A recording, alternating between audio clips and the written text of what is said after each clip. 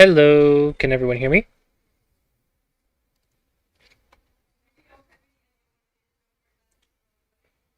Yes. Hear you. Okay. I think I got the desktop audio turned on.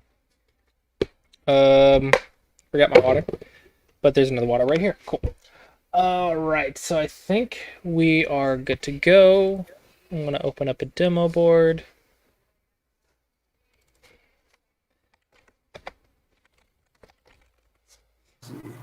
Okay. So we're pretty much gonna wrap up our 3-3 today. Uh, Are you going to do share screen? Is that what you did? yeah, I'm working on it. All right. So we're pretty much going to be wrapping the 3-3 today. I was thinking about like what are some bonus information because I think the other three classes talked a lot about how the 3-3 works, why it works, what the results are, and at least gave you a basic understanding, if not like not a high level understanding, but just a basic understanding to start with. So I figured some bonus information that we could talk about is the 3-3 to the 3-4.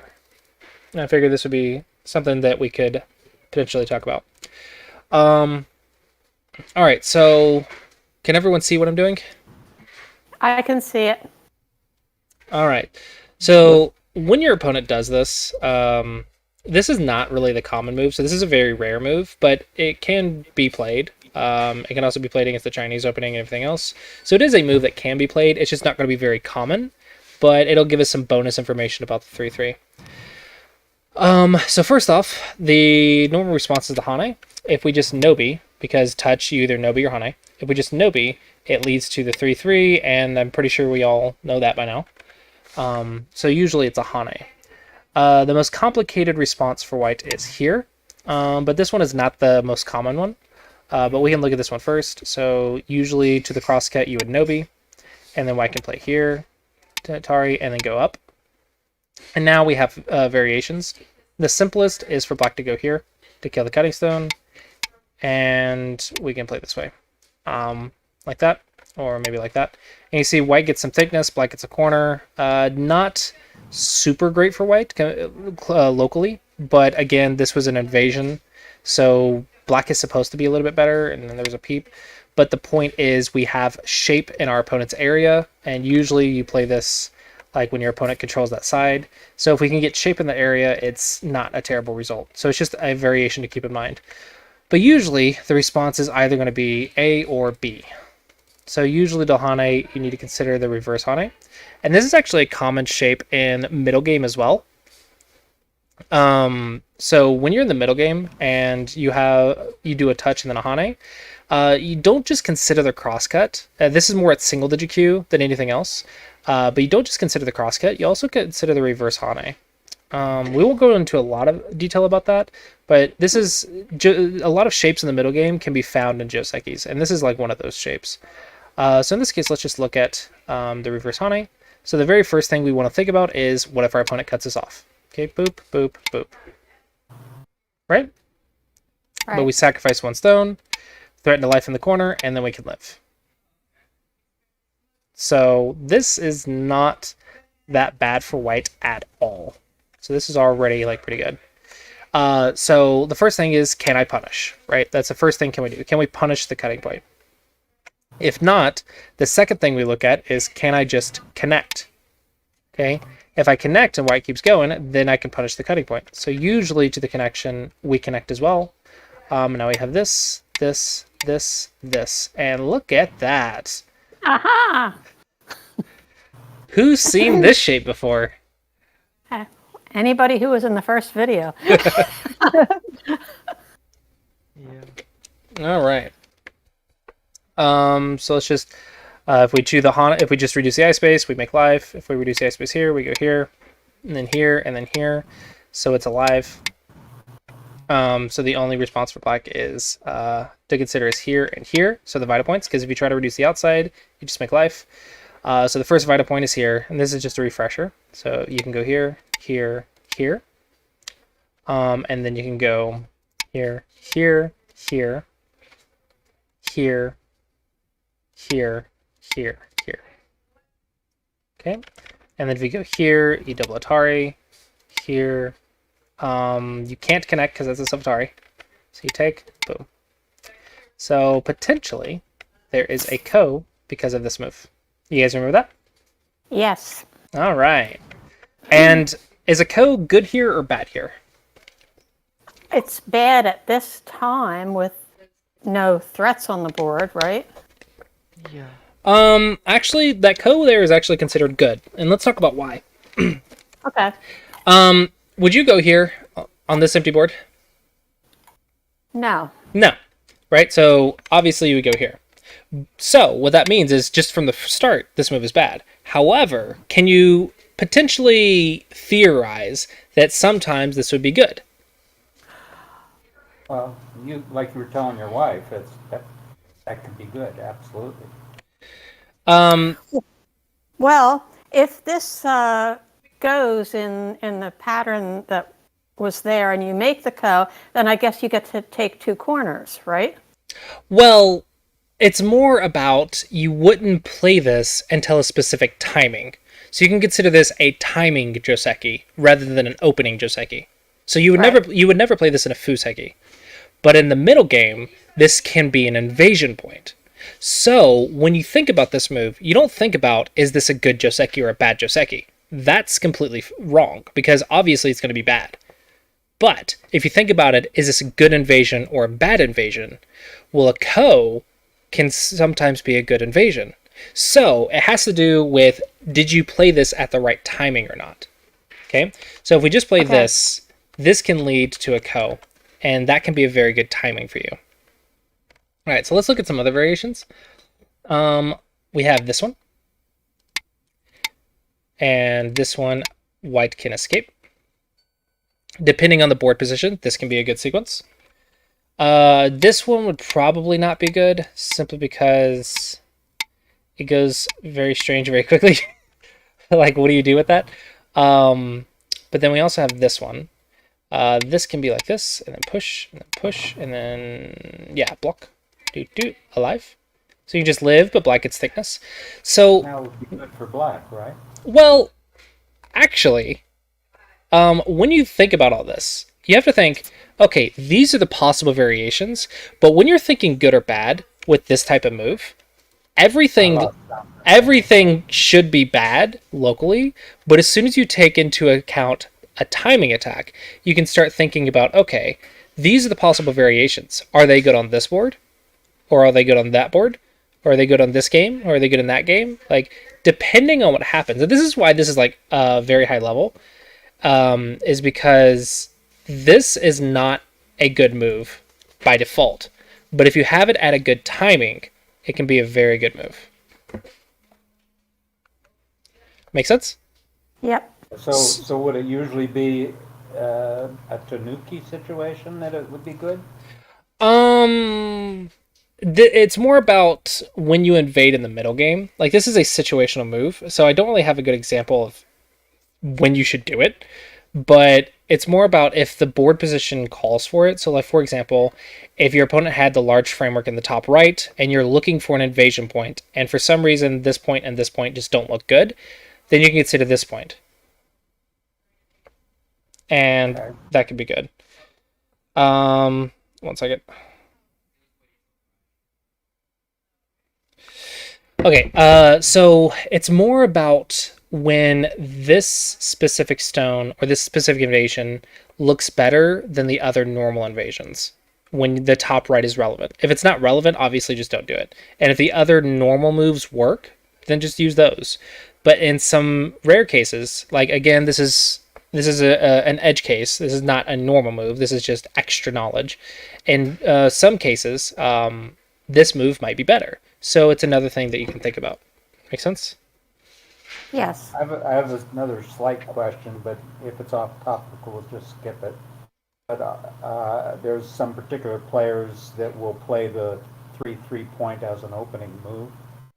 Mm-hmm. And so could you, I think you'd have to basically get a Tanuki or a Sente move. So you have to go here and they ignore? Yeah. This would be extraordinarily rare for them to do that. It would be probably something you would never consider. I don't.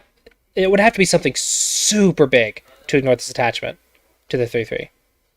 So, the only situation I can think of is attach right here. But even this is a completely unique situation now. It's nothing. It's not even close to the same thing, because now there's an extra stone, and one stone different can change the whole situation. So now instead of like going here, or actually, I wouldn't just do that. Like it would be completely different. So this and then ignore would probably never happen. And if it does, it would be a very, very rare case scenario. Usually to the 3/3, we would go here or here or here. We almost never go here. And if we do, our opponent would almost never ignore.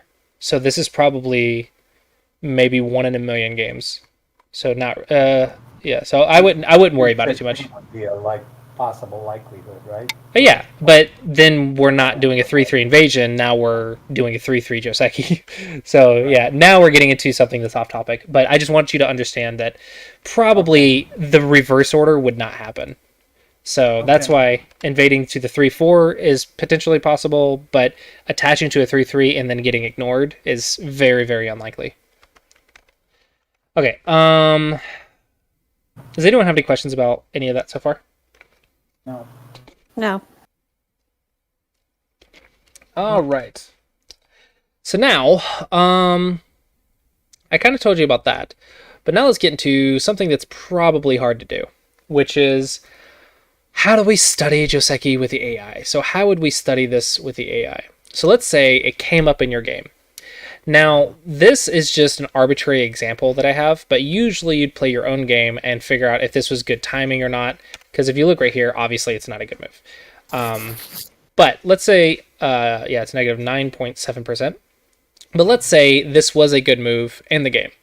So how do you study with the AI, like what the follow-ups are? So let's try to do that together, and let's just figure out what we can learn from it. So I actually haven't looked with the AI yet, so let's just see what happens. So Hane obviously is going to be the move, because I told you that just goes to the 3/3. So you want to punish a little bit. So we got Hane. We're going to click Analyze This. Oh, I might have to refresh. I probably waited too long. I had it up for a while. Probably waited too long. Okay, boop, boop, boop, boop, boop, boop. Okay, Analyze This. So yep, Hane is pretty much the only move. And it actually says the crosscut. Oh, see, I had no idea that was what I expected. Okay, so now I'm like, oh, cool, something I didn't know. And this is where you would update from old Joseki to new Joseki. Like, okay, why is the crosscut played? So let's figure it out. Let's play here. Let's see what the options are. First, I know what my options would be. One of the Nobis, right? It looks like both Nobis are, the AI agrees both Nobis, so let's just play that out.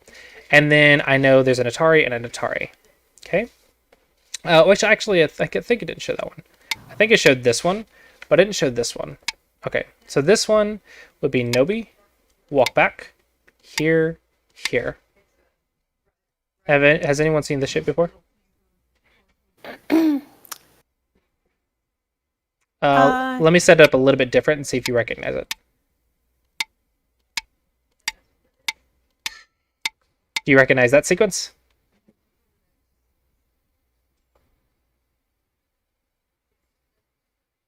It looks It's familiar, but I think I always mess it up when I see it. The dead shape. Yeah, so this move is a probe, which probably you don't need until like 5Q plus. But the idea is this is one of the responses, and white lives in the corner. Okay. Now here's something that you may not know. The follow-up is actually here, not here. The reason is if you go here, white makes life. And then you can look at the points. 1, 2, 3 points of territory. Okay? But if we go here, white has to make life this way. And then here, here, here, here. That's 2 points of territory. Right. So it's 1 point better. And if you go this way, then some weird stuff happens. Because that, for some reason, that extra liberty just changes the result completely. Oops. Oops. And then let's see if I remember. This one is here. Yep. And see, it's just not straight alive anymore. It's weird how expanding your eye space actually kills you instead of just living. So this is a unique life and death problem, which is pretty cool. So this move is actually pretty cool because it takes this into account, the unique shape in this corner, to reduce it down by 1 point. And funny enough, I actually learned this from a professional who didn't learn this until she was a pro. She played this way every single time, and she was a professional player. And then another pro told her, hey, if you go this way, then it's 1 more point. And pro games are like decided by like 2 points, right? So 1 point extra is a lot of value. It's probably like, I think for single digit Qs, it'd be the equivalent of, this is a 10-point difference. That's how big 1 point is to a pro. Like 10 points to 15 points at single digit Q. That is the weight of 1 point at pro level. So this was a huge difference. And she said when her friend showed her this, she was like, holy crap, how did I not know that? How did I go so long without knowing this? So she showed me and told me that story. So what was the follow-up to that? That's it? Yeah, here. Yeah. Here. Yeah, okay. Yep. So yeah, 1 move difference can make 1 point. So that's that. So anyway, that's how this shape is similar. You Atari under and just make life. And this is just alive. And so you'd go here. So yeah, white can live. So yeah, I just want you guys to know that one as well. I forgot to show that one. Okay, so back to this. So we're looking at this, and it says Nobi. So Nobi is not one of the moves I would consider. So okay, so when you're studying with AI, I would look at the normal variations first. So I would like play it out on a real board and be like, okay, what would I do? And then if the AI doesn't even have that as an option, try to figure out why. What is the difference between this move versus this move? So let's, can we just highlight the move? Right here, it's seems like Q15. like Okay, R15 would be the right move, right? R15 or S16 is what I would expect. So 1, 2, 3, 4, 5, 6, 7, and then black ignores. So it looks like white is just caring about the open side much more than the corner. That's what it is. The next is 1, 2, 3, 4, 5. Yeah, so white is going for influence here. Now, unfortunately, this is a bit above my pay grade, so which means I have no idea how to explain this to you guys, why this is bigger than the corner. But this is what the AI is making a claim at. Now, can you apply this? Probably not. So maybe you could just rule this as something above your level until someone stronger explains it. But probably you would need, like, maybe in song level to understand the difference, because as far as I know, I would Atari under or Atari right here. All right, so it says Atari right here, so that one's one of the ones I know. So probably I would go for this one for now, and just figure out how the normal one works. And it looks like it likes this one, so it looks like it likes going for thickness no matter what.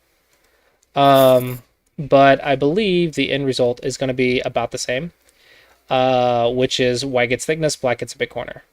Oh, it's still going. Wow. So this is one thing that you could do, is just like try to figure out what does the AI want. So the AI clearly values the thickness and influence to the center more than the territory in the corner. So probably with that conclusion, you can conclude that on an empty side position, this move is probably not the right answer. So yeah, look at that, negative 10.9%. So you can say black scores +2, and right here, black scores 1.5. So maybe about 1 point, less than 1 point, but it's at 12%. So it's like, it's a lot for the AI. So even though you go here and make life, even here it still wants you to extend. What's the point difference between those two moves? About 1 point. So between this move right here and this move right here, Oh, it looks. no, not that one. Between This one? Q15 and R15. Q15 and R15 looks about half a point. You can see the 0.7 and the 1.2. So negative 0.7 for white versus negative 1.2 for white. So it looks about half a point difference. So yeah. So Yep. if I can ask a question on this tool, because Yeah. the second line in any of those circles, so where it says like 39K or 1.5K, What is that number telling us? That's the amount of times it checked it. So this is playouts. So you see 41K, 41,000 playouts. Anything less than 500 is probably going to be too weak. You want at least 500 playouts for it to be considered like top level thinking. Now, if it has, this is 43 plus 300 plus 1600 plus 46 plus 12 plus 3. So if it's at 3 playouts, probably like 016 is like barely even considered. Like it would be an extraordinarily, an extraordinarily rare case scenario. So this actually, funny enough, this is actually potentially what it would look like for the mistake that AlphaGo made against Lee Sedol, where AlphaGo glitched or whatever. It picked one of these moves down here for some reason. Like it was not one of the top moves. It was like a 1 in, I forget, maybe it was a 1 in 2 million chance or something like that it wouldn't pick up there, and it still did, and it did it and made a mistake, and Lee Sedol jumped on it. It's like something like that. But the playouts basically mean how many times did it visit this branch. So if it's 52,000, that's probably the one it really, really likes.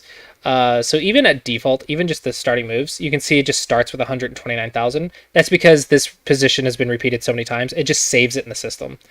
But let's play out a bunch of moves or whatever. When you're looking at it, you don't want to trust any of these moves until it gets to around 500 or above 500. Now, some of these moves would be good. So like 200 or 300 is probably like Dawn level. But once you get to like 500, that's when you start getting into pro level. So, for example, if you're using the OGS tool, which I think a lot of people have when you click support OGS or any of the stuff, you can see the Q supporter, Dawn supporter, pro supporter. You go down here and you can see the playouts. So the supporter at 125 playouts is the amateur Dawn level. I think it's a little bit inaccurate, but 125 playouts is actually really, really weak compared to what it should be. 300 playouts is, they say professional level. Maybe it could be a professional player, but ideally you would want 500 playouts. And you can see strong professional player. That's starting to be correct. Yeah, 800 or above 500 playouts is when it's starting to get really strong.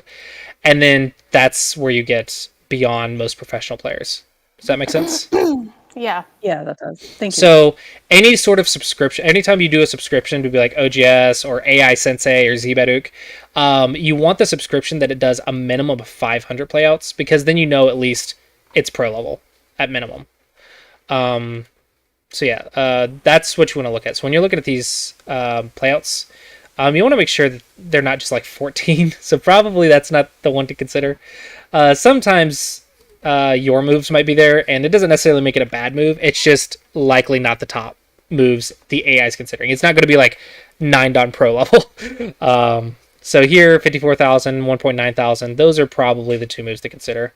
The rest are kind of like what edge case scenario, like a maybe scenario, but these 2 are pretty much the only 2 to consider according to the AI. And then this one's not even being considered.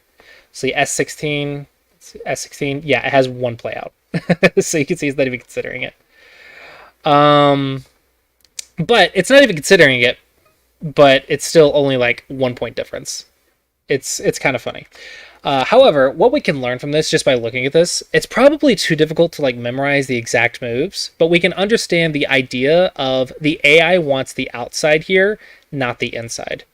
So we can say, okay, now I understand that concept. So what is a simple variation that I can use and apply in my level that'll go for the outside instead of the inside? And probably just here. Yeah, it's negative 4.5%, but this is the one that maybe most of you know. Nobi is possible. Maybe you can play this one out and say, okay, can I apply this? Is this something I can actually remember? The follow-ups aren't too difficult. And you can play it out on your own board and see if you can try to counter yourself. How confusing does it get? So this is a way to study. It's really complex, so it's not like the most efficient or effective study. But if you want to study unique positions, this is an okay way to do it.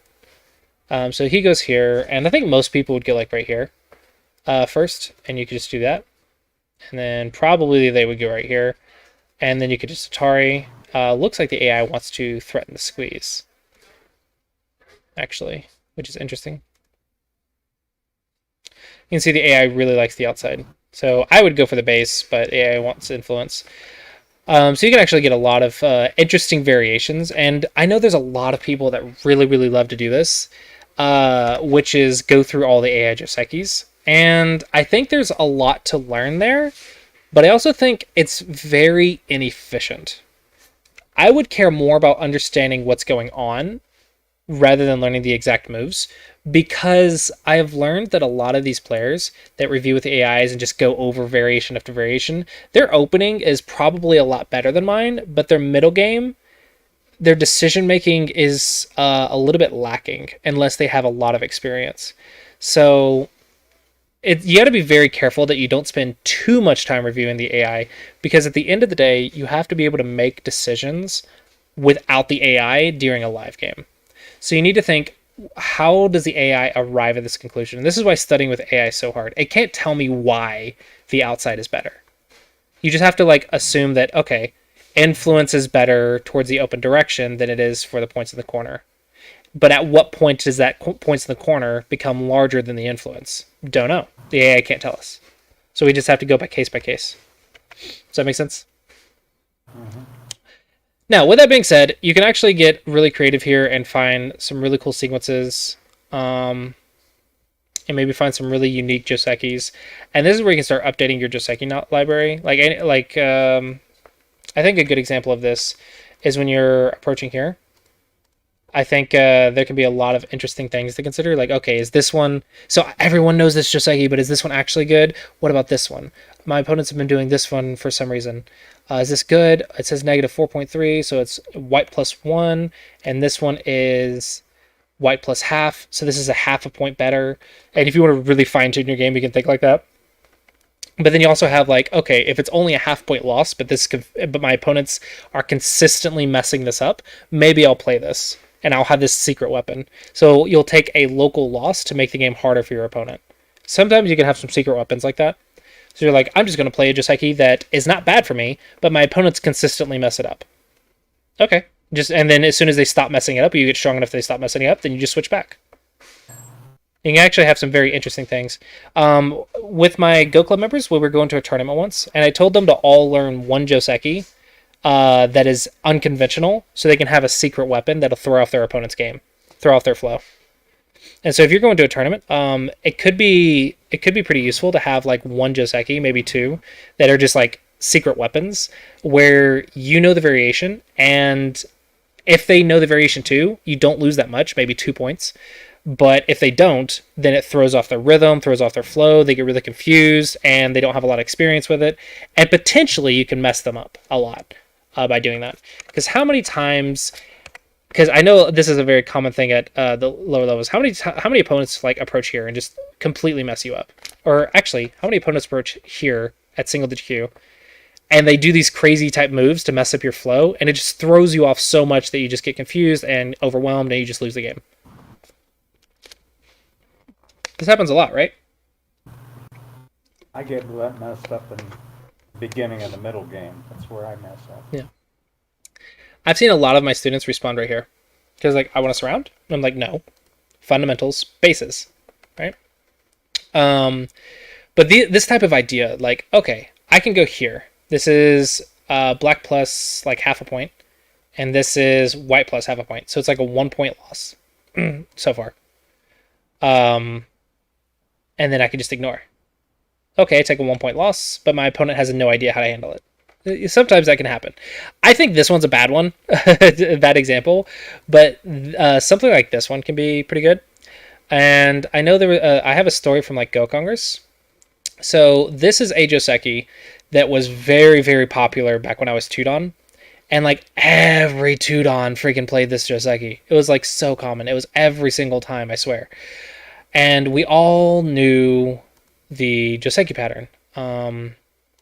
So remember, this is like maybe 6 years ago. This was played like every single time. And we all knew the Joseki pattern.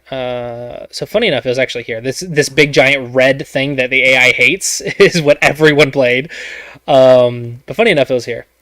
And then it went into a whole Joseki, and everyone knew the variation.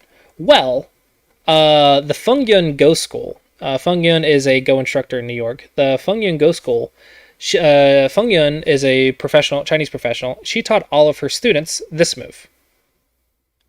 This move was not very common. It's a trick move. And the result is only a little bad for black. Not very much. But if white messes it up, the result is very good for black. Like, really, really good for black. And so, in the middle of the tournament, we have the Feng Yun Go School at Go Congress playing this Joseki that no one knows. And by the middle of the week, I went to a pro lecture, and someone in the single digit Q section asked about this move because their opponent did it. And I asked them, I was like, was your opponent someone from the Feng Yun Go School? And they're like, yeah. And I was like, yeah. Well, this is a thing that Feng Yun taught, and now everyone at Go Congress has to learn this stupid Joseki because the stupid school taught it to them, and none of us knew the response to it. So it's kind of this idea of you have a secret Joseki or secret weapon that if there's something that's really, really common that everyone's playing, and you tweak one thing to throw everyone off, you could potentially create an advantage for yourself in a lot of games. So it became into a complicated Joseki. I don't quite remember it now because I didn't play this one all that much. I only had to learn it for the Go Congress, and then I never played it again. But you can sometimes for a tournament come up with a secret weapon where you find a Joseki against something that's very common that everyone plays, and you tweak it by like one move and maybe take a local 2-point loss, but it throws off your opponent's flow a lot. It can be a lot of fun to do that. So that's white players playing white often do that if they're playing a handicap game again. Mm-hmm. Yeah, trick moves and handicap games are great. Okay, we got a little bit off topic there, but mostly I just want to make sure that you guys understand the bonus information of 3-3s, and then we kind of just can see like how to study new patterns and expand our knowledge of the 3-3 even further using the AI. However, with that being said, I really want to stress that before you use the AI, you really need to understand all the fundamentals. Because we just spent the entire month learning all these simple patterns with the 3-3. And I say simple because compared to the AI stuff, it is simple. Like, all of the stuff that you guys learned this week is like just the starting point of the 3-3. And then you expand your knowledge with high-dawn variations and pro variations and AI variations, and you expand upon that. But this is one thing I want to stress, and I'll show you a good example of this, is don't play the high-level stuff without understanding the low-level stuff. So, like this one, everyone loves this one because the AI does it. But almost all the people at the Q level that play this one don't even understand how this one works. And this one is a lot simpler. But if I was to play like right here, they would like fall apart. Or if I play right here, they have no idea what to do. And they would never play this move because they don't know it. And this is quite a common move. Like if you play like 3-4 right here, and like this is a very common move. To go right here, this is an opening pattern. See? Because it makes a very nice combination. Yet a lot of Q players don't even know this move. Yet they're going to try to learn all of these moves because the AI does it. And this is one thing I want to stress when you study with the AI. You need to learn the low-level stuff to understand the high-level stuff. If you don't know the basics of the 3-3 variation, how can you even begin to learn the 3-3 attachment? Like, how can you even begin that? Because if I go here, it goes back to the 3-3, and you have no idea what to do. You might start doing something weird like this. And why would you do that? It just goes back into the simpler variation. So make sure that you're not going to the AI without really understanding the fundamentals and the basics, because the AI is doing like literally perfect play for human comparison, or human relativity, I should say. It's practically perfect play. How can you possibly comprehend perfect play if you don't even understand the fundamental play? So be very, very careful about using AI for the high-level stuff, and be very cautious about copying high-level play without fully understanding the simple stuff of fundamentals. If you don't even understand bases, how can you understand a high-level invasion? Make sense? Yes. Yeah. All right. So that pretty much concludes this month on the 3-3. So I think what could be fun is, does anyone have any questions about any patterns or ideas that I can potentially go over and talk about? And I think that someone mentioned in the comments earlier about next month's theme maybe being Joseki. I think we could talk about like Joseki, like what Josekis we should know and like how to handle Josekis next month. If you guys are good with that, maybe we can just talk about like how to pick Josekis and stuff next month. Sounds One good. thing, Yep. one thing, I don't, maybe it's, again, something you don't want to get into right now, but. No, now is free I'm- questions. Just freedom of Okay, questions right now. Okay, I'm interested in the situations where it looks like it's good for the person who gets the outside in the corner. But in reality, it turns where AI says it's definitely not as good for reasons of something to do with that area was whites already, say. And so black, by invading there and even living at all in a shape that looks totally good for white, it is actually in favor of black. That's the kind of thing I'm kind of interested in. Okay, so a good example of that, I believe, would be a shape like this, where it's like, okay, black has this corner, and then somehow you get in and you're able to make like life or something. Maybe you lose the co, and then white just lives. Boop, boop, boop. And white just lives in your corner. And you're like, okay, that's fine. I don't care that white lived. I got all this thickness, right? But actually, this is really bad for black. Because black had 3 moves here. 3 moves in this corner. And yet white still was able to make life. So, usually when you're talking about situations like that, usually the reason it's bad is because you spent so many moves in that area and you still lost it. So whenever you're thinking about like, how is this result good or bad, or is this result even or whatever, think about how many moves each player had in that area. So if you have 3 moves to 1 move, and it's an even result, that's bad for you. But if you have 3 moves to 1 move, and it's good for you, that doesn't necessarily mean it's bad for the other color. It just means whatever it means, right? But you have to take into account the amount of moves. Does that kind of make sense? Yeah. Okay. Yeah. Trying to picture that in my mind. That's kind of what I'm trying to. Yeah. So if we have 1-on-1 like this should be like a more or less an even result. But let's say we ignore, and now it's 2-on-1. This should be easier for white to handle than black. And then let's say we ignore again, and we get right here. Like, okay, this should definitely be good for white locally. And then black lives. And now let's say we ignore again, and we go here. We ignore, and then later in the game, we come back and live with the stone. That would be very painful. Because we spent 4 moves there, black Tanuki'd 3 times, and we still live? That would be painful. Does that make sense? Yeah, that's one reason why you keep saying make it easy and settle the area before you go on somewhere else. That's what you keep telling me. Yeah, so, does that kind of answer your main question, though? Yes, it does. Okay. Now let's talk about one thing that Kadar and I kind of keep bumping heads about a lot, in a good way. I always tell my students to settle an area before moving on, right? Because it's almost always the correct answer most of the time, but there are cases where it's not. And one thing that Kadar likes to do is Tanuki an area before it's finished for something of equal value. So a good example of that is you would Tanuki a 3-3 to invade another 3-3. That is technically equal value, but it's very complex, and I usually don't recommend complex things for my students. Now, let's talk about why, okay?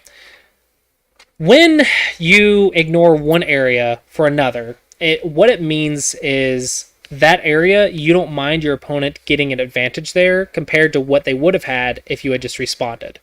So you're giving value. okay? But you're making a statement that the other area is of equal or greater value. Okay? That's what it means to ignore something, to go somewhere else when it's not finished. But how can you say that that other area is equal or greater value when you don't know how to count yet? And that's one thing that I always tell my students, like, why are you ignoring when you don't even understand what value is? Like, you don't even understand what control means, like controlling an area versus actual territory. You don't understand that, so how could you choose to ignore? Now, in Kadar's case, usually he just ignores for the exact same shape, so it's clearly the exact same value because it's the exact same shape. But it creates very complex situations of, okay, at what point does going back over here become more valuable instead of responding locally? Like, at what point do you have to go back? Like, that's really, really hard to judge. That's a really hard judgment. And so it's not that you can't do it. It's not that it's bad. It's just difficult to understand. And difficult to understand equals questionable follow-ups. So that's why I always tell you guys to finish areas first. However, if you watch pro games, and let's just look at the European Pro League. I think that's a good European Go Federation. I think this is a good example. I love the openings I've been seeing out of the European pros. They just seem so high level compared to what they used to be. It's like their openings are like so perfect compared to what they used to be. However, with that being said, it's an opening style that I can never copy without extensive study. Let's do this one. Maybe not that one. Where is their league? Well, there's what is that one? Where's the leagues? The ones that they had the leagues and There was an European Pro League just below that one. Transatlantic Pro League or something. That's one. Is that in there?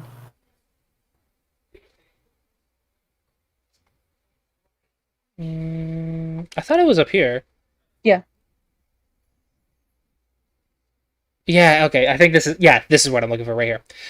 So we can just look at these openings. That's not exactly what I wanted, but just look at these openings. Do I have KGS? I do. Okay, let's look at this. I don't have it on stream though, unfortunately. Okay, so I will switch to display capture on stream. Not that one. Okay. Okay, so let's just look at this opening. Now, you can see that they're already applying the new stuff. And you see they ignore. You see how immediately this is not basic, right? Immediately this is not basic. So, you're like, why aren't they defending the weak group? Why did they make a second weak group on your opponent's side? And then why did black ignore instead of attacking and punishing? This is some high-level crap right here. Well, it has to do with the fact that this stone cannot be killed. So potentially you could actually go here, because the profit from this is usually a lien, like so. And then white can live, but black gets a lot of influence. So if you immediately cancel out the influence, you don't really mind the profit. So black has to, instead of doing that, black might have to switch gears and go over here. Now black goes for the profit up here. So you're like, okay, maybe I just go here. And also, you have to understand how the variations in here work. So understand why this one maybe potentially threatens something in here, right? You have to understand, it's just the high-level combinations of understanding what is the result, or what is the punishment if I ignore what happens to the stone. Well, here or here, right? That's usually what happens to the stone. You also have here, but that's not as good. And I know that. But if I know that, imagine what the pros know about it. Okay, and then you have all of this stuff, and I haven't got to study this one yet, but you have all of that stuff. So white is taking all those variations into account, and all these variations into account to make a combination, and then black is saying, okay, that's what the combination is, but I also know that if I ignore, you can't really do much else, and I'm going to play something big, and then maybe try to get back up here and make the combination. So they're looking at 3 situations which they know all the local responses, which I encourage you to learn the local responses first. They know all the local responses, and then they make this global kind of combination idea. And let's just see how this works. So white chooses Sente, and we talked about that. White chooses Sente because there's urgency, and then white goes and messes up this position. But black should be okay with this because black is the one who ignored. So black is going for a simple response, and starts a fight. And now a fight starts, and both players are pretty much equal. You can see black has the corner, white has two weak groups, but black also has a little bit of a weak group. White's a little bit flexible over here, and white's out over here, so white has some influence to make up for the corner, but white also had influence over here. So there's a lot that's happening. And so these games are fascinating to watch because the combinations and the tanukis are so high level, but at the same time, if you don't even understand the local variations, how could you apply this? This is something that I see a lot of where they're like, oh, well, a pro ignored and left, so I can ignore and leave. But how do you understand how do you understand that you can ignore that without knowing what the responses are locally? And how can you say that white ignored when white played on the same side of the board and white's taking into account the variations here and the combinations with the stone? So do you guys kind of understand that idea of, yes, pros are cool, but they also are applying the fundamentals. They're just applying it at a very high level. So when you're looking at, can I ignore? You have to understand what will happen, what is the value of that, and if you ignore, will you get just as much value? And then we get into unique stuff. And the game is hard. Right? And we can actually look into the pro game, and I bet you it's going to be the exact same idea. Is that something that's only happening in the European leagues, or is that also like in other regions? This style of opening. I think that it's happening in Korea too. I just noticed it more in the Korean because it's easier to understand. I think it's happening in Asia too. So let me just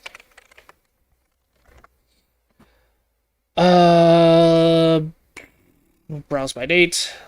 We can just look at the most recent games. So I think Korea would be more relevant. So that's Chinese, China, Korean, Women's League. We want to look at like the LG Cup or something, the international stuff.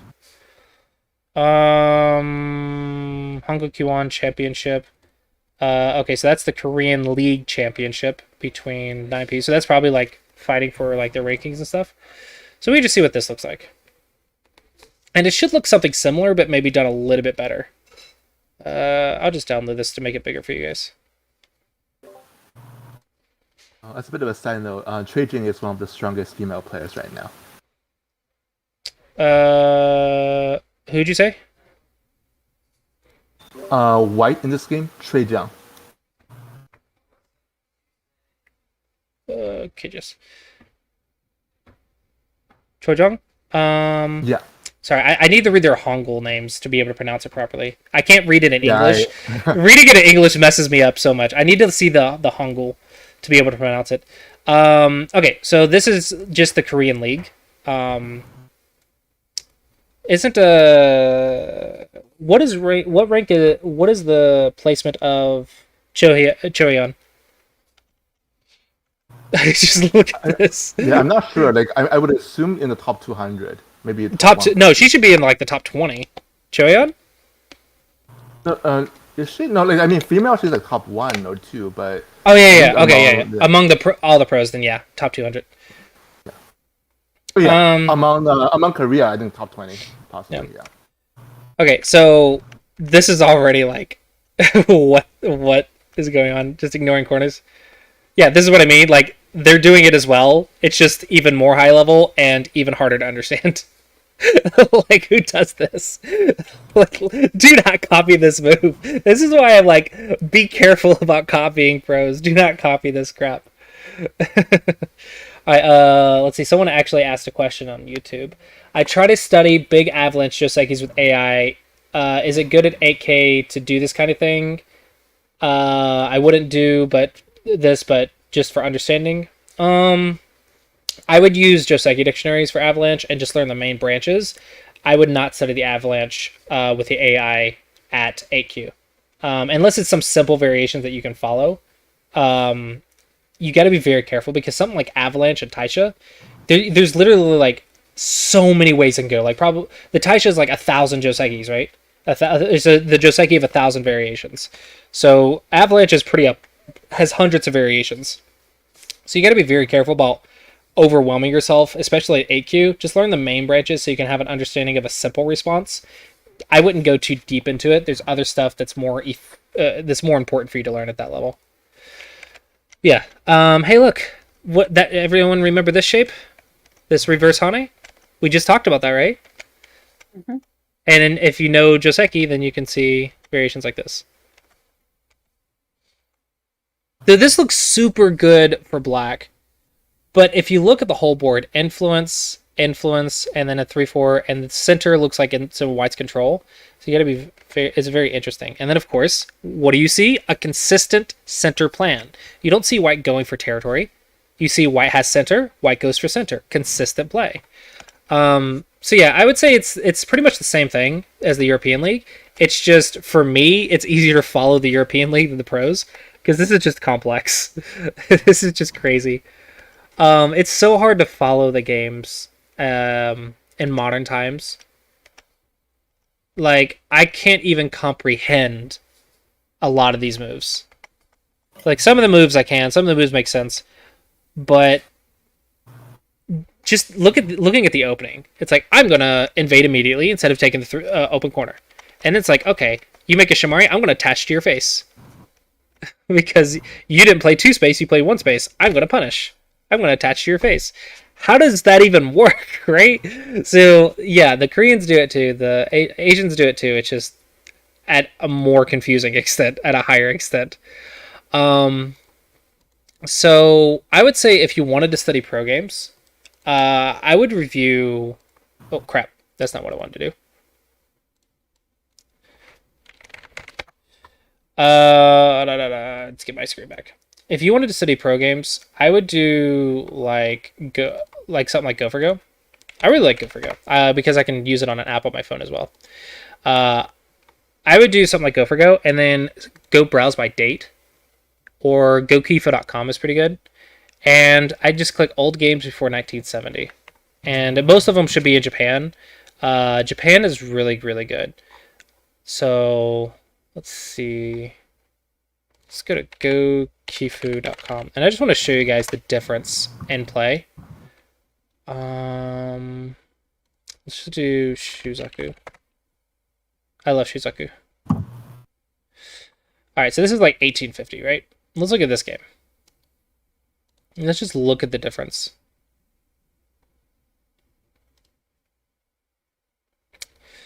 All right. So this was normal for these times, and you have to understand that that's because white doesn't have Komi. So normally it'd be like this, and then white would immediately approach because they considered black getting a Shamari to be too valuable because white didn't have Komi, so they said that white has to play faster.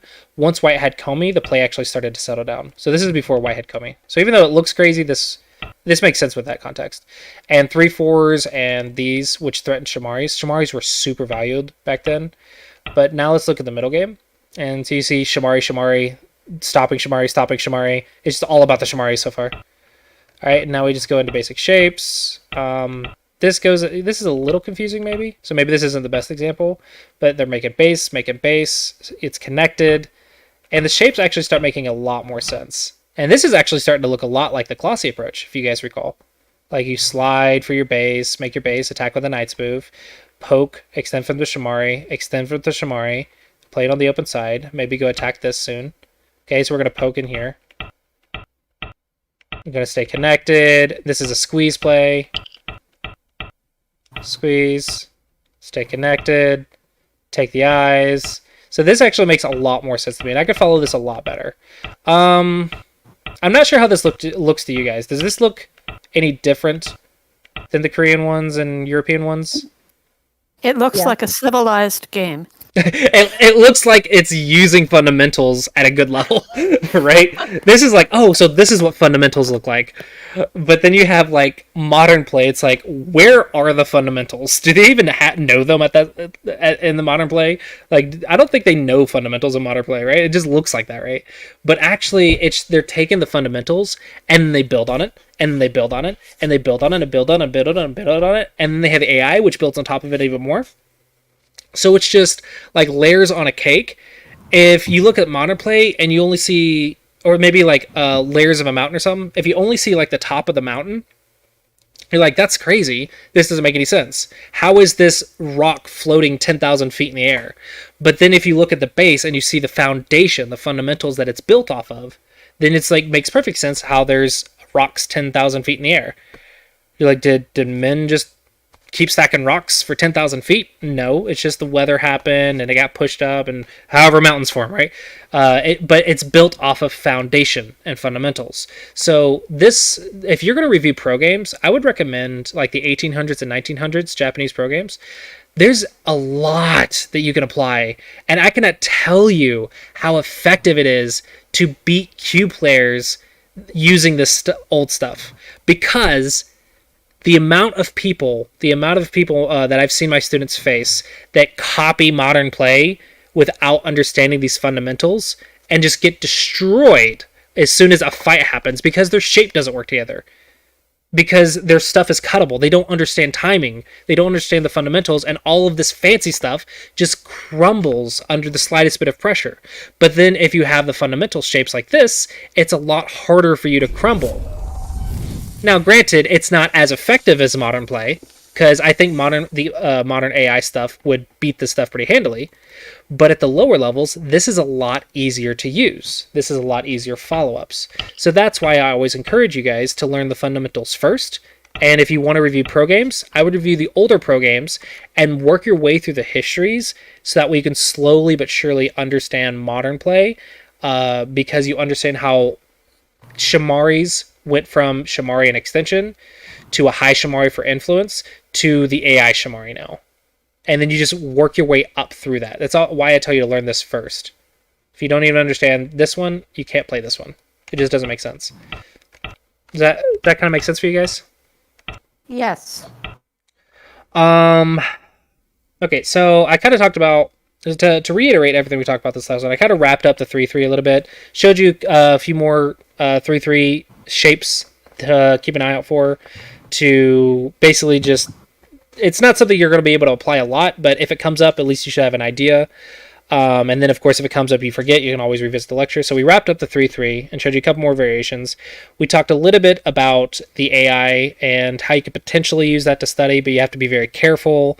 And then, of course, we talked about the differences in styles in pro games and how copying pros can be very dangerous if you're not careful, and understanding why certain styles and moves are played.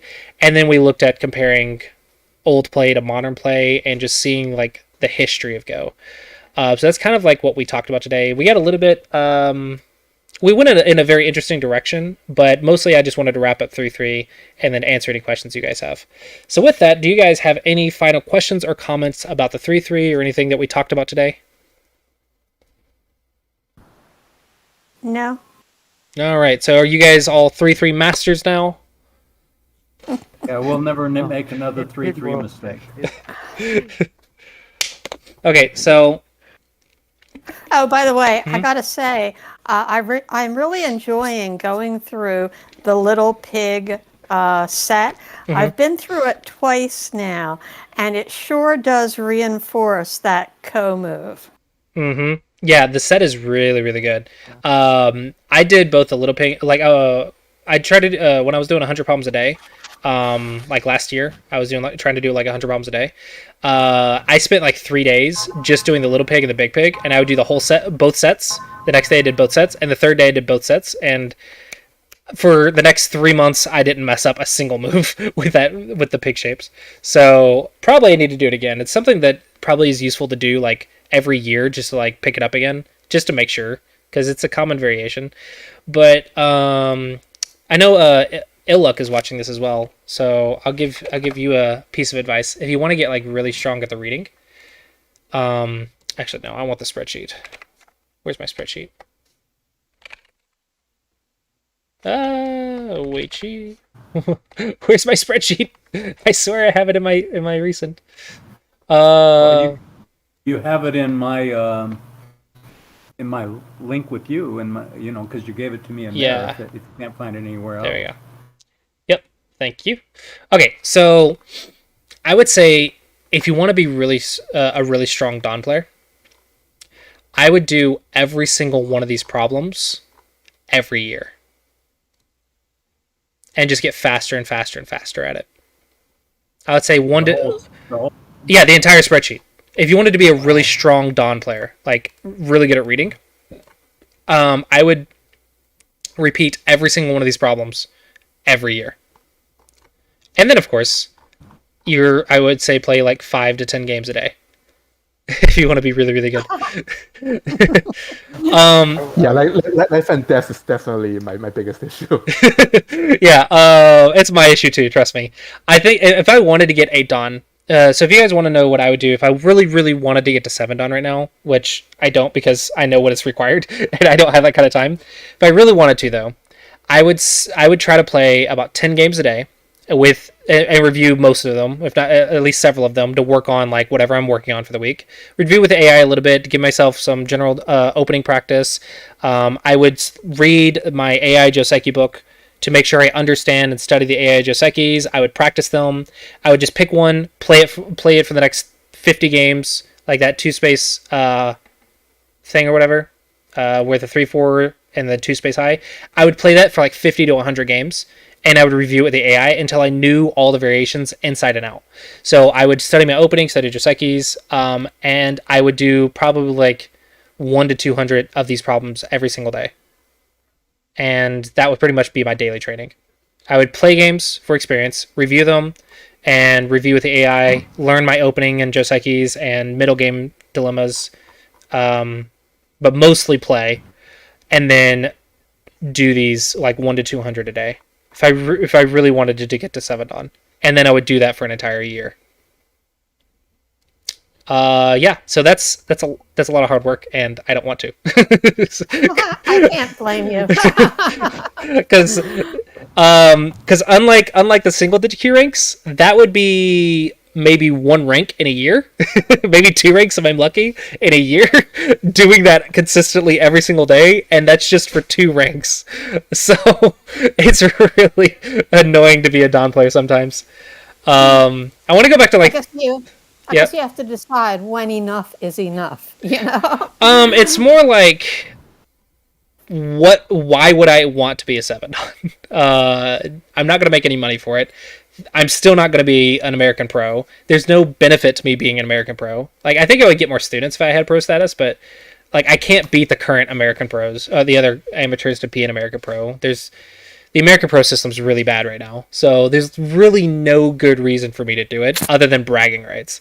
And I'm like, I would rather just build my teaching career. It's a lot more profitable.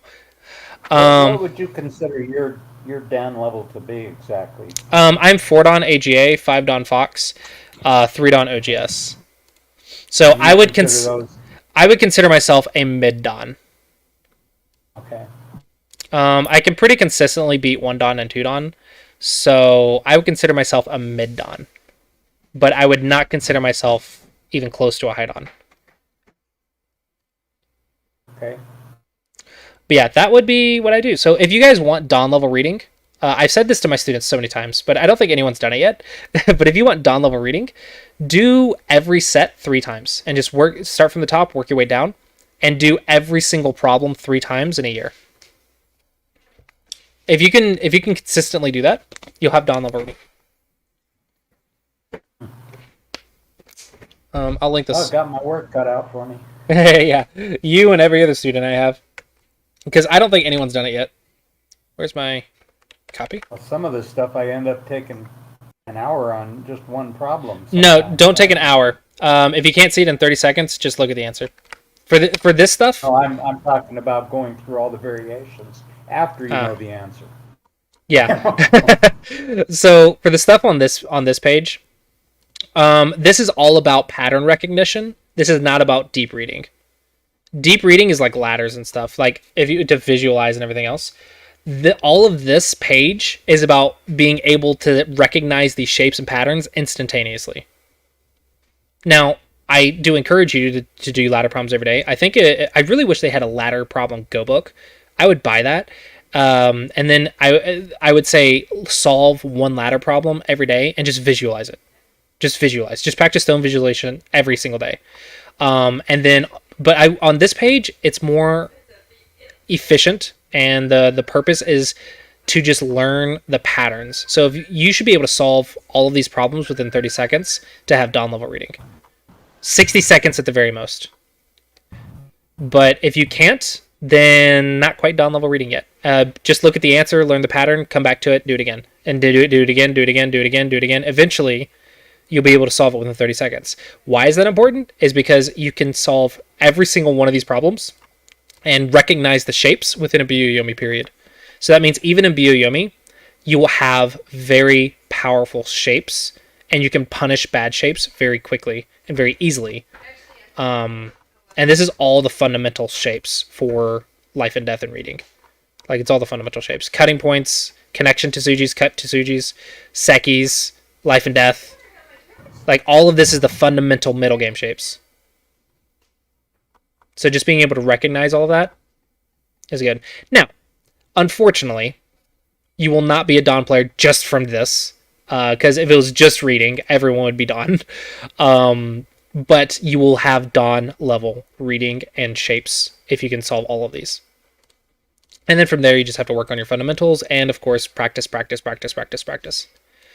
And I'll leave you guys with this final note.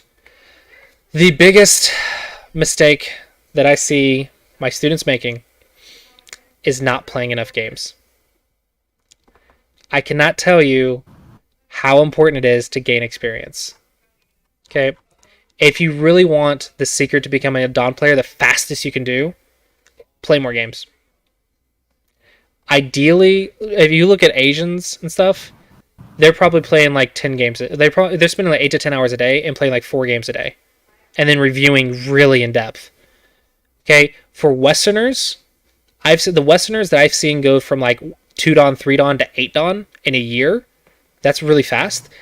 I've seen them play games, just playing games and like looking over it for like 8 to 10 hours a day for the entire year.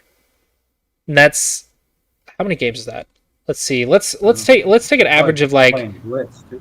well, they're not playing Blitz. They're just playing like 10-minute games. Because blitzing doesn't make you improve. You have to be able to think and read at least a little bit. But what they're doing is gaining experience really rapidly. So let's say we even take 8 games a day. And then we times that by 7 days in the week times 52 weeks in a year. I think that's right. I just do, what is it, 365? 8 times 365? That's almost 3,000 games in a year. So let's assume they take a couple days off. You're probably looking at maybe about 2,500 games a year. So if you want to say, I want to get to Dawn as fast as I can pull up any one of your profiles. And assuming you're not playing Extreme Blitz, I can probably pull up any one of your profiles, and I don't think you have 2,500 games. Let's look at, what is it, Illuck? What's your, yeah. How many games do you have? 2,655. But granted, I think... I want to say that I've barely played in the past, like I want to say 7 or 8 years, but I also have way more than those because I play a lot on KGS as well. Yeah, I'm probably in the order of like 4,000 to 5,000. Yeah. So you're 4 Dawn, right? Now, you just said you played about 4,000 to 5,000 games. When in my Go history, I've probably played maybe 5,000 to 7,000 games, somewhere around there. I would have to count all on the KGS archives, and then I have to count all my tournaments. Then I have to count OGS, but probably in the thousands, because I also played like 2 to 3 Go games a week for like every weekend at Go Club for 5 years to 10 years, plus all the ranked games I played on KGS. So yeah, thousands of games, guys. So I want you to think about how many games do you put in a week? How many games do you have now? If you're at like 200 or 300, and you're putting in like 3 or 4 games a week, how long will it take you to get to 2,500 games or to 5,000 games? And I want you to think about that when you're thinking about efficiency. That's one of the biggest things that my students, unfortunately, and most people, it's not their fault. It's because Westerners don't have a lot of time. But I really want you to think about that when you're thinking about why am I not improving as fast as I could be, or why is other people improving faster than me. It doesn't mean you're bad. It just means probably you're not getting enough experience fast enough. But efficiency is important too. I do 3,000 minimum a year. You do 3,000 a year? Yeah. Okay. Yeah, but how many lessons have you had, and how many Go problems do you do? I don't do the Go problems like you said. You've been directing me on some of that to get me on track. Right. So I appreciate that. But I will say though, but this is true for Buzzsaw as well. The older you are, the harder it is. It's not like it's impossible to get to Dawn, but probably you will have to work twice as hard as a young person.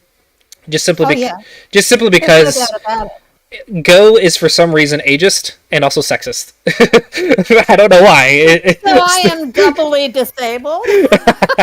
No, it's actually sexist at the pro levels, not at the amateur levels, because there's plenty of female strong Dawn players, but for some reason, it's kind of hard to believe in a way. But oh no, I have no idea why. But just look at the Go players, top ranked players. How far down do you have to go to find a female? Like, I have no idea why. And it's not that females aren't studying, and they're freaking strong. Let's look at female. Number 75. That's really freaking good. Under 100 is really good. 169, 187, yeah, and then 203. So in the top 200 players, there's only 3 females. Okay, I don't know why. Okay, and you got Rui Naiwei and Choyan, wherever she is. Yeah, right here. Yeah, she's 309. Oh, no. I thought she was higher than that. Those two... is the first. Yeah. They're freaking strong. Like, I've listened to them give lectures and game reviews. They're freaking strong, okay? I cannot tell you how strong they are. But even then, they're not even the top 10, or there's one in the top 100 players. So I don't know why. I'm not like a psychologist. I'm not a biologist or anything like that. I have no idea why. But Go is sexist. It just is. The Rui Naiwei, I think at her prime was probably top 10 or 15. Rui Nai was amazing. If you guys if you want to hear some really cool Go history, Rui Naiwei has an amazing story. Like, she's stupid strong. And I think I heard some stories from Choyan about how they actually prevented Rui Naiwei from entering some of the women's tournaments because they said she's too strong, she'll just win and take money out of our country. And so there's like actual politics involved preventing her because she was just so strong. So she has some really cool stories. I also heard from Choyan how she like both respected and really hated Rui Naiwei because she worked so hard to beat her and she kept losing a lot. And then she finally did beat her like once, but her win-loss ratio is like really bad. And so she like really hates playing Rui Naiwei, but also really wants to play her to beat her. She wants to beat her so bad. And she really wanted to beat Rui Naiwei because Rui Naiwei is just so freaking strong. Or she was anyway. I think now she's falling down, but her story is really cool. So if you want a really cool story, read up on her story. She had some really cool stuff. And then she actually was one of the only females, or one of the definitely I think the first female to compete and actually hold her own in a decent way in international tournaments. So she she's like the leading female Go player for many years. Really cool story. All right, sorry. Sorry, no. I just mentioned that she was.